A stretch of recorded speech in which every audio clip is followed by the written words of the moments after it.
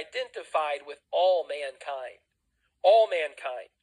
I think about as we've walked through this journey, we talked about the shepherds. The shepherds were common men at best, and oftentimes shepherds in that society and setting were often the outcasts of society. But Jesus came for all mankind.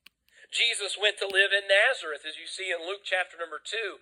And Nazareth was not a place that the Jews loved. In fact, when one of the disciples went to his brother and said, "You've got to come see this Jesus of Nazareth," his initial response was this: "Can anything good come out of Nazareth?" Could you imagine that being the reputation of the place you live? Is there anything good there? Anything? But yet, he came for all mankind.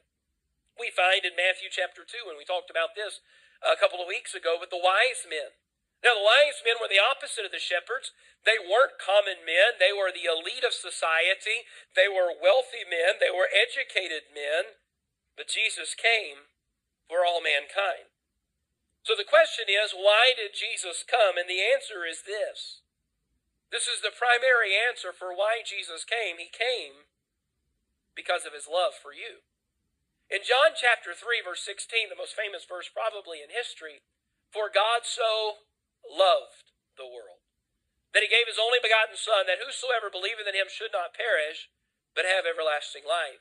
In Romans chapter 5, verse number 8, "But God commendeth," or shows his love toward us, "in that while we were yet sinners, Christ died for us." That's why he left heaven.